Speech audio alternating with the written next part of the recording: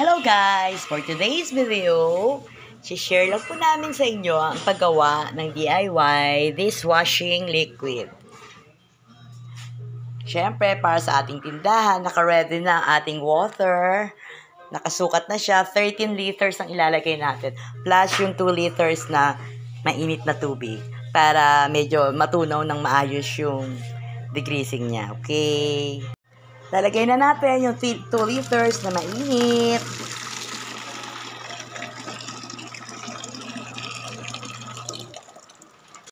Lalagay na natin. Kailangan makapag-produce tayo ng 13 liters na tubig. Ayan. Sukat-sukat na siya, guys. First step, ilalagay na po natin ang sodium chloride. Ayan. Dahan-dahan lang po. Sali Ayan. Next po natin ilalagay ang surfactant na, ayan, dapat daw idahan-dahan lang siyang ibubuhos gradually. Hindi kailangan, para hindi daw mamuo at manikip. Ilalagay na po natin, dahan-dahan, surfactant.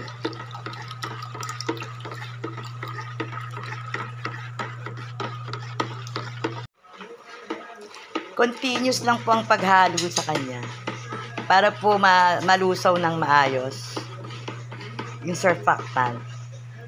Hindi naman kasi mainit Nung natunaw na, hayaan daw ng 20 minuto. So, 20 minutes. Sunod natin ilalagay ay ang colorant, which is green for calamansi.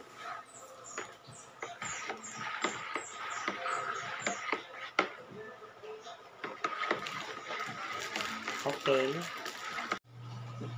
Ang susunod po natin ilalagay ay sama-sama ng ingredients na nakalagay sa isang bote.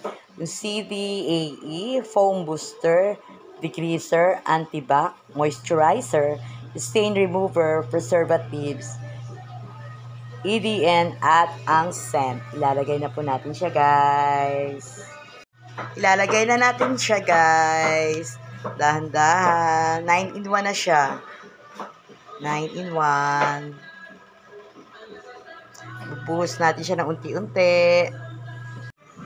Eto na, guys. Pinagsama-sama ko na lahat. Andito na siya lahat. So, continuous pa rin ang halo natin. Halo-halo. Halo-halo. Sa mga katulad kong sari-sari store owner, katulad ko, maliit ang aking tindahan. So, ito ang isa sa mga paraan kung paano madadagdagan ang ating kita at kung paano tayo unti-unting lalago. Ang tips ni Ate Rica from Ana Sari-Sari Stores. Ito na, guys. Ibababad natin siya for 24 hours. Bukas natin siya bubuksan.